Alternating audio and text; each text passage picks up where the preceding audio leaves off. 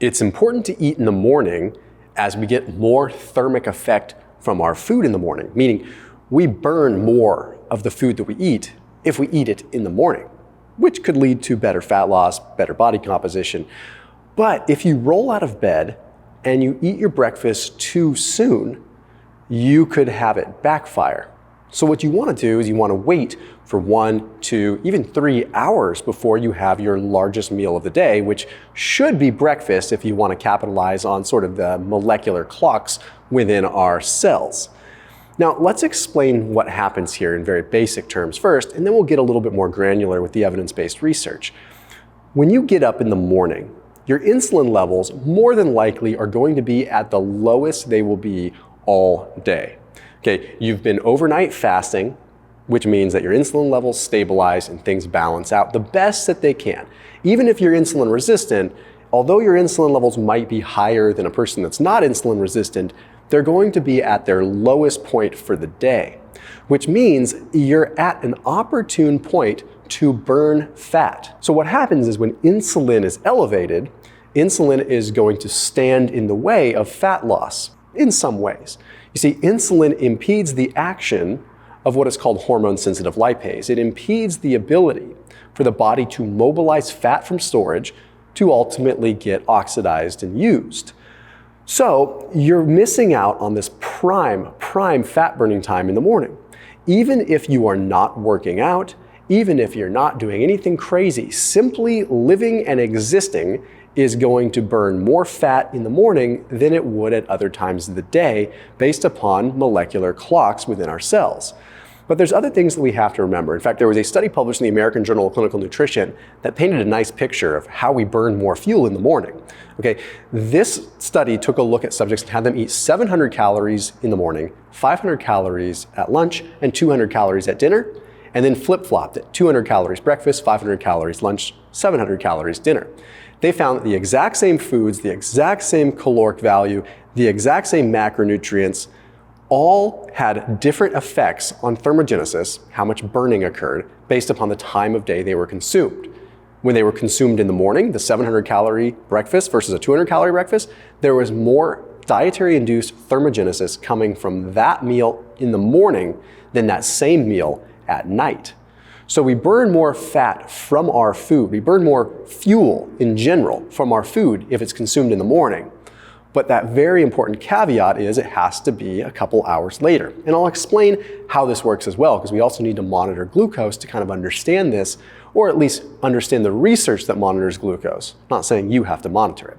And the first meal of the day, no matter what, whether it's high carb or high fat, should be something that's high in protein.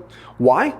Well, dietary induced thermogenesis, based upon the American Journal of Clinical Nutrition paper, is already heightened significantly in the morning.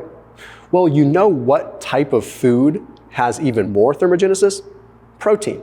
Approximately 20 to 35% of the calories or the overall fuel from protein is literally just needed to metabolize protein in the first place. So there's a huge dietary induced thermogenic effect of protein. So that means you get to capitalize as a double whammy. The naturally high level of thermogenesis that happens in the morning, coupled with the naturally high thermogenesis from having protein. That's why I generally say, like, one of the literal best breakfasts, in my opinion, that you could eat is steak and eggs. I've done videos on this. You get the fats, you get the choline for the brain, you get the high protein amount. You just want to opt for a slightly leaner cut of beef when you're doing something like that. Or maybe even eggs and ground beef, whatever. I think it's a perfect combination. For the record, I popped a link down below for the beef that I use from ButcherBox. Okay, there's a special link down there, so that way you can check out the kind of cuts of meat that I get. It's all grass-fed, grass-finished. I just think if you're going to do this, might as well get good quality, good tasting beef. And whatever, price aside, I mean, sure, the pricing's great and it gets delivered to your doorstep, that's awesome, but it's some of the best tasting beef I've ever had. And I particularly like their fillets because I'm a fan of lean beef, and I really like their ground buffalo, their ground bison, and their ground beef, which is very, very high quality and grass-fed, grass-finished. So that link down below, you can try out ButcherBox, especially right now when the grocery stores are just getting kind of expensive and gas is expensive. You might find it ends up being more of a deal for you Plus you get higher quality cuts of beef than you're gonna find in a lot of places. So that link is down below, top line of the description. I encourage you to check them out. So once you've had your protein, you're really set for the day. Then everything else kind of falls into place. You'll probably be quite satiated and everything too. But we have to remember something very important. Okay, a large majority of people are insulin resistant these days. So if we roll out of bed and we eat first thing in the morning, not only do we stop potential fat loss, but our glucose levels are probably already higher in the morning. And even if our glucose levels aren't insanely high in the morning, there's something happening in the background that we should be aware of.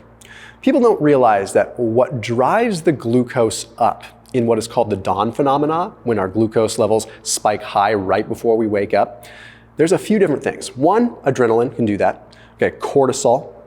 Human growth hormone actually can drive up glucose and impede insulin. Okay, but then we also have a spike in what is called glucagon. So that encourages carbohydrates to be released from the liver into the bloodstream. So what happens is we wake up and we have unusually high blood sugar. That's why our morning fasted glucose can be such a potential indicator of diabetes or insulin resistance, because it's going to be highest in the morning in a fasted state. For example, your glucose would be higher fasted in the morning than it would be fasted in the afternoon.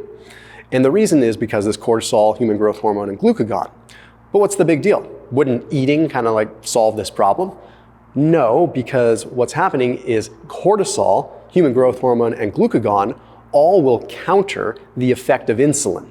And what that means is if you were to roll out of bed and eat a large meal while you're still going through this dawn phenomena, your potential to store that food as fuel will be very, very high. Okay, you're gonna risk your glucose going higher, and if your glucose goes higher and your insulin goes higher, guess what? You're impeding fat loss, but you're also adding more fuel to the fire. Higher circulating insulin, higher circulating glucose. That glucose has to go somewhere, and it can't get into our muscle cells, so where's it going to go?